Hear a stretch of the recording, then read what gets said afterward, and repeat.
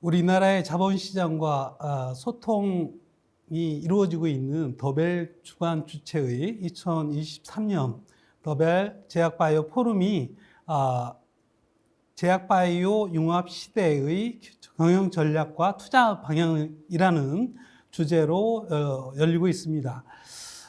마지막 시간으로 그 연자분들과 함께 토론을 통해서 발전을 모색을 하도록 하겠습니다. 안녕하세요. 토론을 진행하게 될 제약산업전략연구원의 정윤태입니다. 최근에 보면 여러 가지 이제 금융 위기 속에서 앞으로의 미래에 대한 준비가 굉장히 중요한 시점인 것 같습니다.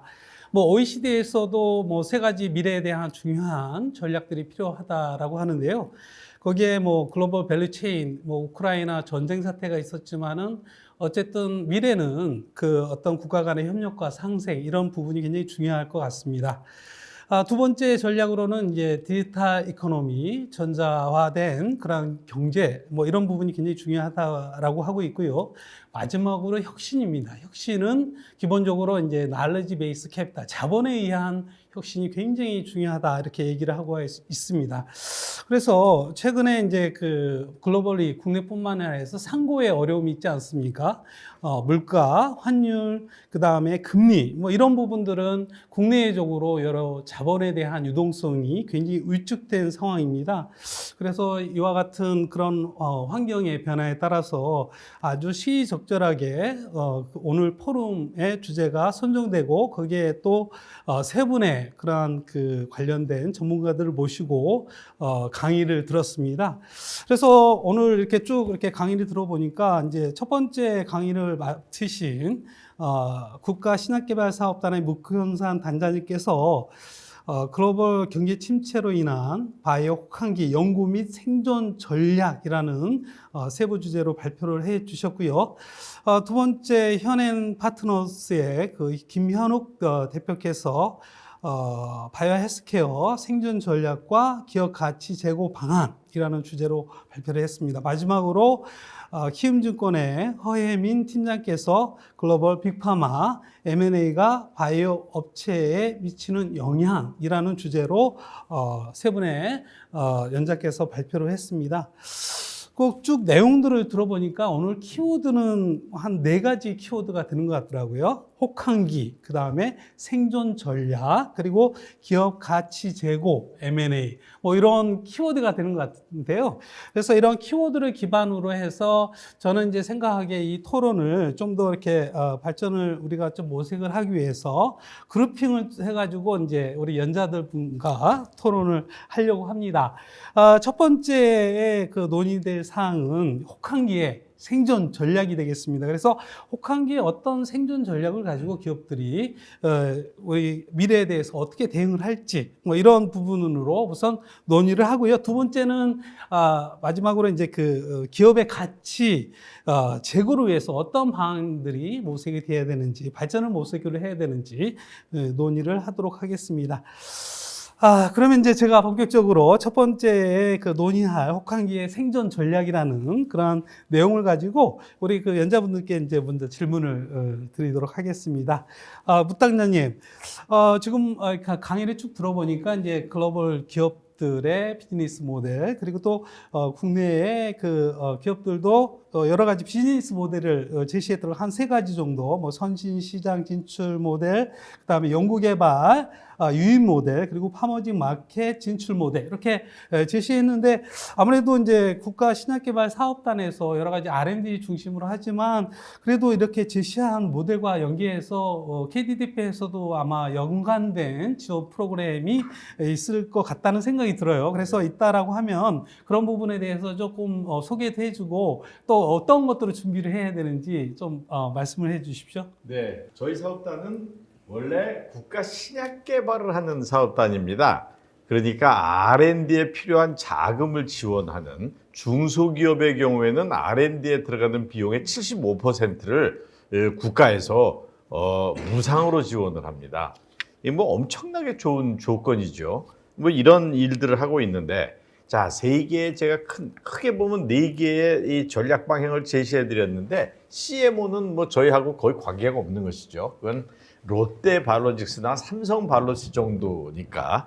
그런데 그 중에 저희가 가장 주력하는 부분은 어느 분야냐 하면 결국은 바이오 벤처, 바이오텍 컴퍼니들, 작은 규모의 회사들이 글로벌 컴퍼니로 성장해 나갈 수 있는 부분에 R&D 자금 지원하는 게 저희 첫 번째 미션이고 또 주력해서 하고 있는 것입니다. 그러나 이것 이외에도 저희들이 여러 가지 이 프로그램과 코스를 가지고 있는데 첫 번째가 우선 BD 인력을 양성하는 프로그램들을 가지고 있습니다. BD를 하는 것은 멋있게 보면 비즈니스 디벨롭먼트라고 하지만 좀 이게 그 속된 말로 표현하자면 약 팔러 다니는 겁니다.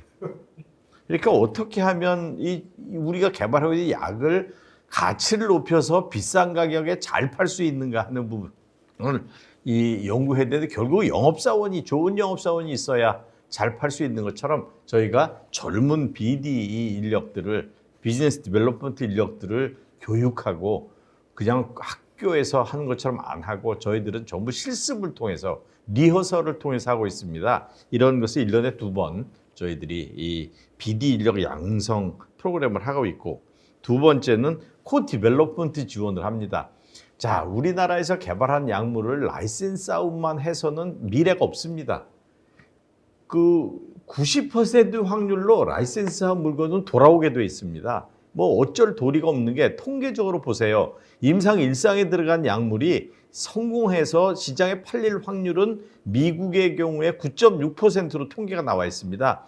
바꿔 말씀드리면 90%는 실패한다는 거죠. 그러니까 90%가 돌아오는 것은 그냥 통계에 따라서 돌아오는 겁니다. 자, 그런데 우리가 남는 게 없어요. 그런데 우리가 코-디벨롭먼트를 하면 공동 개발을 하면 적어도 약이 이 시장에 팔리지 않더라도 임상을 하는 과정에서 경험이 쌓입니다. 그래서 저희들이 하는 것 중에 하나 큰 게 코-디벨롭먼트를 할 수 있도록 어떤 바이오텍이 가지고 있는 물질이 있다. 그러면 이 물질을 빅파마들하고 연계를 해서 공동으로 개발하는 라이센스 아웃으로 끝나는 게 아니라 공동 개발을 통해서 그럼 공동 개발을 할 때는 자 돈은 다 빅파마한테 내라고 그러고 공동 개발하자 그러면 어느 빅파마가 그 공동 개발하겠습니까? 그냥 사버리죠. 그런 면에서 이 정부에서 하는 그 저희 사업단이 하는 게 여기다가 자금 지원을 함으로 해서 레버리지를 합니다. 그러니까 돈 중에 일부는 이 개발에 들어간 돈의 3분의 1 정도는 이 대한민국 정부에서 대는 거다. 그리고 너 한 3분의 1 내고 그 회사가 3분의 1 내고 해서 개발하면 이건 뭐 공동 개발이 되지 않겠느냐. 이렇게 해서 진행되는 프로그램이 현재 1개의 프로그램이 임상 2상에서 진행이 되고 있습니다. 그래서 코-디벨롭먼트를 할 수 있도록 저희들이 서포트를 합니다. 이게 한 걸음 더 나아가면 올 하반기에 시작이 될 메가펀드, 그러니까 K-바이오 백신 임상 펀드가 5천억으로 지금 운영이 될 계획으로 있잖아요. 이 자금은 그냥 회사에 그 돈을 주고 치우는 게 아니라 그 자금이 글로벌 빅파마들을 끌어들이는 레버리지 효과를 낼 수 있는 자금이 되어야 한다고 생각을 하고 이런 일들을 저희가 진행하고 있습니다. 그리고 세 번째로 아예 프로그램을 저희들이 기획하는 게 있습니다. 벤처 캐피탈이 기획 창업을 하는 것처럼 저희 국가신약개발사업단에서 AD 캡틴 프로젝트라는 것을 런칭을 해서 뭐 안티바디를 가지고 있고 링커를 가지고 있고 페일로드를 가지고 있는 3개의 회사를 섭외해서 저희가 R&D 자금의 뭐 상당 부분을 대고 그리고 R&D 자금을 댈 수 있는 그 벤처 캐피탈이나 또는 소브린 펀드들을 끌어들여서 아예 기획 창업을 하는 모델입니다. 이것은 ADC 세계적으로 각광을 받고 있는 이 ADC 항암제에 포커스를 맞추고 지금 이미 프로젝트 시작이 되어서 17개 회사로부터 제안서를 저희가 받고 그중에 가장 훌륭한 회사들을 모으고 있습니다. 결국은 이런 여러 가지 일들을 하는 포커스는 어디에 포커스가 가 있냐면 1번 코-디벨롭먼트를 할 수 있도록 해야 된다. 근데 코-디벨롭먼트를 해야 남는 게 있고 나중에 성공하더라도 먹는 게 많아집니다. 그런데 이걸 하기 위해서는 레버리지를 해서 이 글로벌 경험이 있는 빅파마들이 또는 스페셜티 파마들이 이 프로그램에 발을 담그고 싶게 해주는 무슨 메리트를 제공해야 되는데 이 메리트는 2가지입니다. 하나는 그 기술적인 훌륭함이고 두 번째는 이 일을 함에 있어서의 자금 조달의 안정성입니다. 정부가 나서서 R&D 자금의 일부를 대고 있기 때문에 그 파트너가 될 글로벌 빅파마 또는 글로벌 스페셜티 파마 입장에서는 그래 이건 뭐 돈 떨어져서 중간에 실패할 것 같지는 않다. 뭐 해보자. 이런 그 레버리지를 가지고 가는 프로그램을 현재 운영을 합니다. 지금 아주 어려운 시기에 있습니다. 이렇게 어려운 때일수록 글로벌 시장으로 나가야 됩니다. 이럴 때 북극곰처럼 동물 속에 들어가서 동면을 하면 얼어 죽습니다. 30년의 이 빙하기가 올 텐데 뭐 1년, 2년이 어떻게 하이버네이션 동면이 되겠지만 30만 년을 살 수는 없을 테니까 지금 때일수록 나가서 먹이를 구하러 다녀야 되는 시기라고 생각하고 있습니다. 네, 말씀 감사합니다. 우리가 시간 관계상 또 핵심적으로 짧게 좀 부탁을 드리도록 하겠습니다. 저도 마찬가지로 이 공동 개발이라는 부분들은 이제 과거 이제 LG 팩티브 사례처럼 이제 회수되면 뭐 하더라도 이제 결국에는 라이프 사이클 특허 만료가 되고 하다 보면 결국에는 우리가 그 신약 개발에 대한 파급력 이런 측면에서는 우리가 남는 게 없거든요. 그래서 결국에는 말씀하신 대로 우리 기업이 진화하고 우리 신약 개발에 글로벌 경쟁력 하려고 하면 과거에 이 턴키 방식에서 이 공동 개발 우리가 얻는 그런 방식이 굉장히 저도 공감하는 바인 것 같습니다. 앞으로 KDDF에서 그런 프로그램을 좋은 프로그램 많이 해서 어떤 좋은 비즈니스 모델이 됐으면 좋겠습니다. 자, 그러면 우리 김 팀장님 이렇게 여러 가지 이제 좋은 말씀들을 쭉 많이 해주셨는데 발표 내용들 중에 뭐 일반적으로는 이제 글로벌 빅파마들은 이제 전문 경영 체제가 대부분이거든요. 그런데 이제 우리나라의 그 환경상 뭐 그런지는 몰라도 대부분 보면은 이제 뭐 전통 제약사를 중심으로 이제 3세에서 4세로 넘어가는 그런 상황인데 이게 뭐 장단점이 있는 것 같아요. 그 장단점이 있는 것 같은데 보시기에 이렇게 전문 경영 체제냐 아니면 오너 중심의 체제냐 장단점은 한번 말씀을 해주시고 우리 그 환경에서 어떤 부분들로 이렇게 좀 이렇게 경영상 거버넌스를 가지면 합리적일지 그런 의견을 좀 주시면 고맙겠습니다. 네, 그 두 체제에 대한 장단점이 워낙 뚜렷해서 사실은 굉장히 답변하기가 힘듭니다. 또 한국이라는 그 또 어떻게 보면 다른 나라하고 다른 또 문화가 있거든요. 일단은 아시겠지만 오너 시스템에서 가장 좋은 거는 추진력과 결단력 그리고 지속력이라는 부분이에요. 아무래도 전문 경영인 같은 경우에는 3년 단위로 이제 재선임되고 이러한 부분들이 있다 보니까 좀 특히 제약 바이오처럼 장기적인 프로젝트를 가지고 또 그 기업의 그 구군이라고 말할 표현을 하자면 그 정도의 이제 자금이 큰 부분이 투여되는 입장에서는 사실 누군가가 책임을 져야 되는데 이 부분에 있어서는 사실은 오너의 경영 방식이 조금 더 맞다라고는 볼 수는 있지만 또 최근에 글로벌 헬스케어 트렌드가 워낙에 바뀝니다. 그리고 불과 3년 전, 5년 전에 성공했던 DNA나 그 방식으로는 또 이듬해 바로 바뀔 수가 있고요. 그렇게 좀 놓고 본다라면은 서로 이 장단점이 너무나도 명확한데 제가 생각하는 국내 이제 전통 제약사의 좀 어떻게 보면 이상적인 시스템이라고 해야 될까요? 한 두 가지 정도인 것 같아요.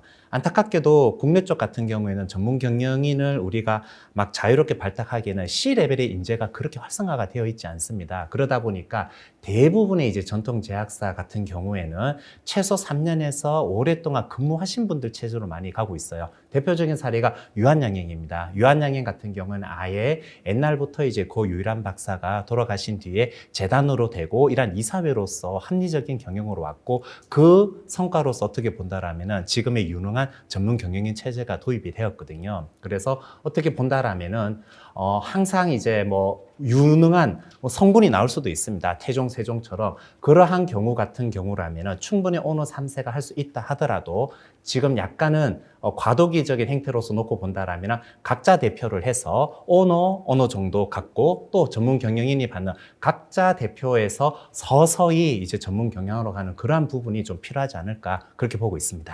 또 일각에서는 이런 얘기가 있더라고요. 뭐 2세, 3세, 4세 넘어가면서 말씀처럼 미국이라든가 이 선진 제약 시장에서 그런 그 경영 수업을 받고 이제 그런 분들이 이제 참여를 하시는데, 이제 선대의 회장님도 오너들에 비해서 헝그리 정신이 없다. 뭐 이렇게 해서 그런 부분은 좀 한계점이 있지 않을까. 뭐 이런 우려스러운 얘기도 있는데 그런 거를 조금 극복할 수 있는 방안은 혹시 뭐가 있을까요? 일단은 저도 그러한 부분에서 많이 지휘도 받고 또 컨설팅을 하고 있는데 크게 두 가지로 우리가 좀 보면 될 것 같아요. 첫 번째는 흔히 이제 말하는 헝그리 정신이 없다라고 놓고 본다라면은 그거는 어떻게 보면 제약 본업에 관련된 부분에서 많아요. 그런데 이제 방금 말씀처럼 이제 뭐 글로벌 트렌드라든지 또 글로벌 비즈니스 스쿨에서 다녔던 오너 3, 4세 입장에서는 할아버지나 아버지가 성공했던 그 방식으로만으로 기업을 영위하기에는 이제 한계가 있거든요. 그러한 차원에서 다양하게 이제 뭐 사업 다각화도 되는 것이고 또 본인 입장에서는 어쨌든 간에 회사를 갖다 물려받은 입장에서는 다양성을 또 추구를 해야 됩니다. 아까 전에 말씀드렸다시피 사업 다각화 연장선상에서 좀 그러한 부분에서 인내심 있게 기다려주는 것도 필요한데 단지 이제 선대 회장이나 바로 이제 오너 2세가 해왔던 그런 경영 방식을 안 따른다고 하는 그러한 부분만을 가지고 헝그리가 부족하다고 그렇게 이제 좀 평가절하하는 거는 좀 한계가 있다고 보고요. 그다음에 이제 두 번째로 한 번 더 말씀을 드리는 거는 최근에 이제 오너 3, 4대들도 굉장히 부지런하게 돌아다닙니다. 그런데 이제 다만 이 부분이 의약품이 아니라 다른 부분이기 때문에 그 부분이 성과가 계속 뭐 빨리 나타나지 않는 그런 부분 때문에 그런 오해를 많이 받는데 가장 중요한 거는 그들도 알아요. 본인이 지분도 점점 떨어지는 상황에서 지금 옛날처럼 그다음 독재식의 방식은 안 된다는 걸 알고 있기 때문에 최근에 이제 이사회라든지 또 이런 부분도 존중을 갖다가 하고 있고 좀 그렇게 놓고 본다라면 꼭 그거를 우리가 헝그리 정신이 없다라든가 전략의 부재다 이렇게 보기는 힘들 것 같고 예. 좀 개별 케이스로 보면 좋을 것 같습니다. 네, 알겠습니다. 허 팀장님, 그 발표 중에 M&A 뭐 이런 전반적인 글로벌 트렌드를 쭉 말씀해 주셨고 자금적인 유동성 측면에서 어려워하는 기업들 그래서 어느 때보다 이렇게 메리트 있는 것 같아요. 뭐 그런 측면에 이제 국내 기업들도 아마 기회가 있을 것 같은데 말씀으로는 M&A보다는 라이센스 아웃 뭐 이런 부분이 더 기회가 있지 않을까 이렇게 말씀을 해주셨는데 또 한편으로는 이제 빅파마들이 예전에 빅딜 위주에서 미들지 중심으로 파이프라인 확보하면서 그 파이프라인이 회사이기 때문에 그렇게 변화를 하는 차원이기 때문에 오히려 이제 우리 기업들도 라이센스 단순한 라이센스 아웃뿐만 아니라 M&A도 기회가 있지 않을까라는 생각이 들고요. 특히 최근에 SK바이오팜이나 LG화학에서 보면 TFT 구성을 하고 결국은 파이프라인을 확보하기 위한 노력들을 하는데 결국에는 보면은 또 그 파이프라인이 곧 회사일 수밖에 없는 게 바이오텍 특수성인데 우리 국내 기업들도 빅파마에 어떻게 M&A 가능성 그리고 또 할 수 있다면 어떤 측면에서 뭐 여러 가지 이제 질환별로나 아니면 모달리티별로 제시를 해주셨는데 어떤 거를 가장 먼저 좀 준비를 해야 될까요? 가능성과 그 준비. 예. 일단 그 팔려는 업체와 살려는 업체의 니즈가 좀 맞아야 될 것 같은데요. 팔려는 업체들은 더 있는 것 같아요. 과거하고 다르게 과거는 이제 물려주겠다 하시는 분들 되게 많았거든요. 최근에 제가 만나본 1세대, 2세대의 바이오텍 대표님들은 그 자식들이 가져가려는 생각이 별로 없으시고 지분도 이제 이미 좀 낮아져 있는 상황이기 때문에 좋은 회사가 있다면 나는 팔고 싶다라고 하시거든요. 근데 이제 살려는 회사 입장에서는 밸류가 맞아야 될 것 같고요. 뭐 밸류가 좀 뭐 빅파마 입장에서는 리즈너블하다라고 하면 충분히 가능성이 있을 것 같습니다. 근데 언어나 뭐 문화적인 문제도 좀 있을 것 같아서 지금 바이오텍들 중에서 미국에 나가서 미국에 있는 지사를 차리고 이제 인력을 좀 현지인들로 꾸리는 그런 경우는 이제 따로 떼서 뭐 바이오텍이 USA 이렇게 설립을 해서 M&A가 될 수는 있을 것 같고요. 그리고 가장 중요한 건 이제 탐낼 만한 물건 아까 말씀해 주셨던 단장님께서 정말 내가 저걸 탐내고 싶다라고 하면 회사를 사는 게 더 이득일 수 있는데 지금은 이제 패스트 팔로워 전략을 많이 취하고 있기 때문에 그런 부분에서는 조금 더 차별점을 가져가야 될 것 같습니다.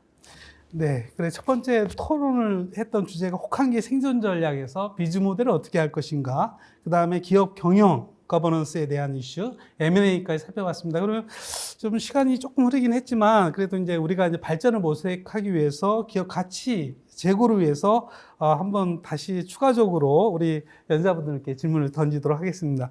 묵단장님 보면 이제 뭐 이 신약 개발이 이제 기본적으로 오픈 이노베이션 뭐 이렇게 굉장히 일원화되고 트렌드고 또 식상할 정도로 하지만 그래도 굉장히 중요한 이슈이지 않습니까? 그렇죠. 특히 이제 한국형 오픈 이노베이션은 어쨌든 한국의 문화와 여러 가지 환경을 다시 고려를 해야 될 텐데 묵단장님 보시기에 한국형 오픈 이노베이션 어떤 방향으로 전략을 수립하면 좋을까요? 이제 보통 보면 오픈 이노베이션 그러면 머리에 먼저 떠오르는 게 아카데미아, 그러니까 대학이나 연구소에서 개발된 좋은 기술들이 바이오텍과 이렇게 합쳐져서 뭔가 큰 탐나는 물건으로 바뀌는 거라고 생각하기 쉬운데 그건 굉장히 어렵습니다. 우리나라만 어려운 게 아니고 전 세계적으로도 어려운 게 통계가 말해주는데 학교에서 만들어진 물건이 임상 들어간 비율이 우리나라는 5.4%고요.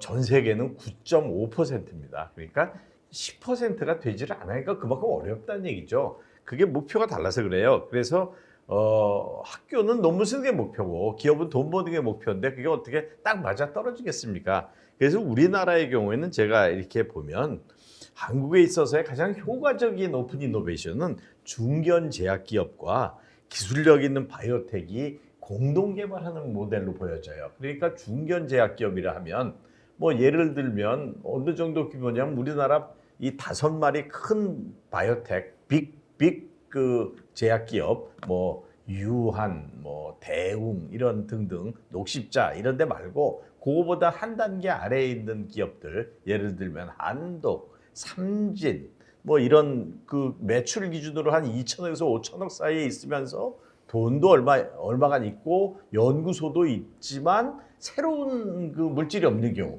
이런 경우가 가장 좋은 그림이라서 저희 사업단에서는 이런 중견제약 기업과 기술력 있는 바이오텍의 공동 개발을 너무너무 저희는 좋아합니다. 여기에 국가신약개발사업단은 정말 R&D 그랜트를 퍼부을 각오가 되어 있는데도 불구하고 이 좋은 그 사례들이 잘 안 나고 있어서 안타깝습니다. 한 3개의 사례밖에는 제가 알고 있지를 못합니다. 그래서 앞으로 혹시 이 방송을 보고 계시는 이런 중견 제약 기업의 그 사장님 또는 그 오너님 계시면 바이오텍의 좋은 기술들을 좀 그 공동 개발로 하시고 저희 사업단에 R&D 자금 신청을 하십시오. 총 비용의 75%까지 저희가 무상으로 제공해 드립니다.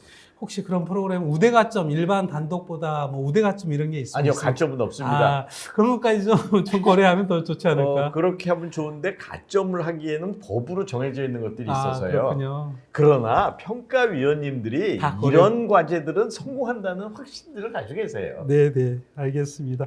앞으로 그 1번만 하더라도 이제 세제 혜택할 때 단독보다 이 공동 다자간에 개발했을 때 세제 혜택을 대폭 확대하더라고요. 그래서 그런 부분들이 우리도 좀 고민을 아예 그 정부 차원에서 좀 고민이 필요하지 않을까 이런 생각이 듭니다.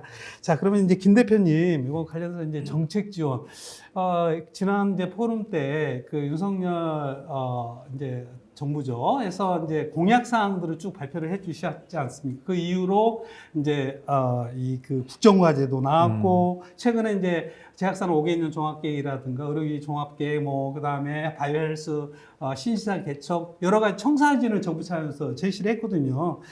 이런 측면에서 연구에 연계돼서 이게 오늘 주제와 관련돼 가지고 혹시 기업들이 생존 전략과 기업 가치 제고라는 측면에서 정부 차원에서 어떤 정책적 지원 또는 거기 방향성 뭐 이런 게 혹시 있다라고 하면 그런 좀 제언 같은 거 좀 말씀을 해줄 수 있을까요? 네, 좋은 질문이신데 참 이게 답변하기가 어렵습니다. 왜냐하면 일단 기본적으로 저희는 이제 그 자본주의이기 때문에 회사에 대한 기업 가치나 재고 노력은 회사 스스로 사실을 해야 됩니다. 근데 이제 워낙에 신약 개발 벤처 기업이라는 그 특성상 자생력을 갖기 힘들기 때문에 그리고 이제 뭐 국가 기술이라든지 그리고 일자리 창출 부분이 있기 때문에 정부에서 도와줘야 되는데 저는 한 3가지 정도를 좀 정부에 바라고 싶어요. 첫 번째는 지금 이제 신정부의 현재 헬스케어에 대한 지원 정책을 보면은 개별 기업의 단위보다는 인프라 그리고 시스템적인 게 많습니다. 다시 말해서 뭐냐 하면은 지금 개별 기업 하나하나를 저희가 일일이 케이스 바이 케이스로 접근을 할 수는 없지만 그래도 모듈로 놓고 본다면 작은 모듈이 모여서 중간 모델 그리고 큰 모듈로 가는데 지금이 이제 그 정책 지원 방향을 보면은 사실은 대기업이라든지 어느 정도 좀 자산이나 매출을 확보한 그러한 중심의 탑다운 방식으로 많이 내려와요. 그러면 실질적으로 이제 신약 개발 벤처기업 초기라든지 중기에는 이 낙수 효과가 떨어지는 굉장히 힘들거든요. 조금 더 핀셋까지는 아니지만 좀 바텀업에 대한 좀 구체적인 게 필요한 거고 일단은 또 제도적인 개선도 좀 필요합니다. 아까 전에 저희 단장님께서도 말씀을 하셨지만 미국 바이오텍 같은 경우에는 뭐 우리로 표현하자면 철저하게 기획, TFT 형식으로 이루어집니다. 그래서 실제 설립자의 지분이 5% 언더가 수두룩합니다. 거기에 대해서도 아무렇지도 않아요. 근데 지금 당장 저희 이제 뭐 코스닥 그 심사 쪽에 놓고 본다라면 제일 많이 걸고 넘어진 적이 하나가 뭐 현금성 자산이니 뭐 이런 것도 있지만 창업자의 지분이거든요. 근데 지금과 같이 저희가 exit 구조가 상장 외에 뭐 그렇게 없는 구조에서는 어느 정도 상장 단계에 가서 설립한 지 5년 전으로 상장되지 않으면은 이 부분은 처질 수밖에 없고 당연히 본인의 회사이고 본인이 책임을 져야 되는데 본인의 이제 지분율은 뭐 계속적으로 통제를 갖다가 하면서 자금 조달을 요구를 하다 보니 당연히 뭐 그런 연구개발 의욕이라든지 이런 부분도 떨어질 수밖에 없기 때문에 상장에 대한 좀 제도적인 부분을 조금 했으면 좋겠고 가장 중요한 게 또 하나가 엑식 구조를 다양하게 하는 겁니다. 지금 보시면은 코스피, 코스닥 외에 사실 우리의 금융시장에 놓고 보면 코넥스라는 시장이 있고요. 그리고 KOTC라는 게 있습니다. 참고로 KOTC 같은 경우는 증권협회에서 또 주관을 하고 있고요. 다시 말해서 이런 좀 다양한 그 자금 조달 시장을 좀 활발히 한다라면은 사실 그것만으로도 정부 차원에서는 그 밑단에 있는 초기 기업이라든지 중소업체들의 자금 조달 다양성만 확보가 되더라도 충분히 기업들은 자생 노력으로 기업 가치 제고는 물론이고 그들끼리의 또 이 서로에 대한 뭐 기술에 대한 부분뿐만이 아니라 회사에 대한 매각이나 이런 부분들도 다 이루어지거든요. 조금 그렇게 좀 디테일하게 바텀업 차원에서의 그런 좀 차원이 필요하고 거기에 맞춘다라면은 거기에 이제 뭐 기업 가치 제고되는 업체들도 나올 거고 좀 더 이 생태계가 좀 선순환되지 않을까 그렇게 보고 있습니다. 네. 우리 허 팀장님께 질문을 드리려고 했던 일부를 말씀을 해주셨거든요. 그럼에도 불구하고 또 허 팀장께서 보시는 또 시각이 또 다를 수가 있기 때문에 M&A 관련돼 가지고 사실 그 미국만 하더라도 엑식 구조가 IPO 이에 M&A라는 부분이 상당히 비중이 큽니다. 그럼에도 불구하고 이제 한국 같은 경우에는 엑식 구조가 주로 IPO에 집중하다 보니까 IPO가 또 위축되고 하면 이 뭐 자본시장 자체가 굉장히 또 어려워지는 그런 측면들이 있거든요. 그래서 과연 우리나라에서 그 M&A가 잘 이루어지지 않는 이유, 그렇다면 이제 이런 걸 활성화하기 위한 정부 지원이라든가 아니면 기업들의 고민, 노력 뭐 이런 게 있다면 혹시 제안해 드릴 수 있는 방안이 있을까요?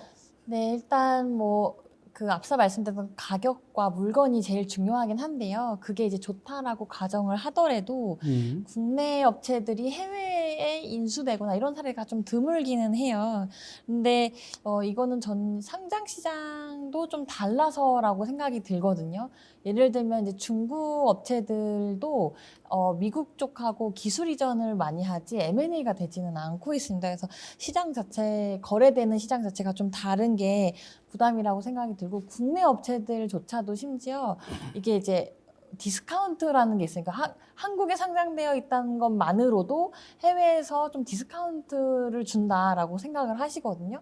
그리고 국내 업체들도 인수할 때 같은 돈이면은 국내 업체 사느니 해외 업체 사겠다 이런 얘기 정말 많이 하십니다. 그래서 저는 뭐 듀얼 상장, 이중 상장도 앞으로는 좀 고려를 해봐야 된다라고 생각이 듭니다. 그래서 같은 그 코스닥이 있지만 나스닥에 또 상장을 시키면 사실 나스닥 업체들끼리는 주식 교환이라든지 M&A 굉장히 활발할 수 있거든요. 그래서 그런 부분에 있어서 정부가 세제 혜택이라든지 해외 상장의 제도를 좀 지원해 준다든지 관련 인재를 좀 양성을 해주신다든지 이렇게 좀 지원을 해주신다라고 하면 미국 빅파마들이 충분히 이제 M&A 할 수 있는 여건이 된다라고 생각하고 있습니다. 네, 답변 감사합니다.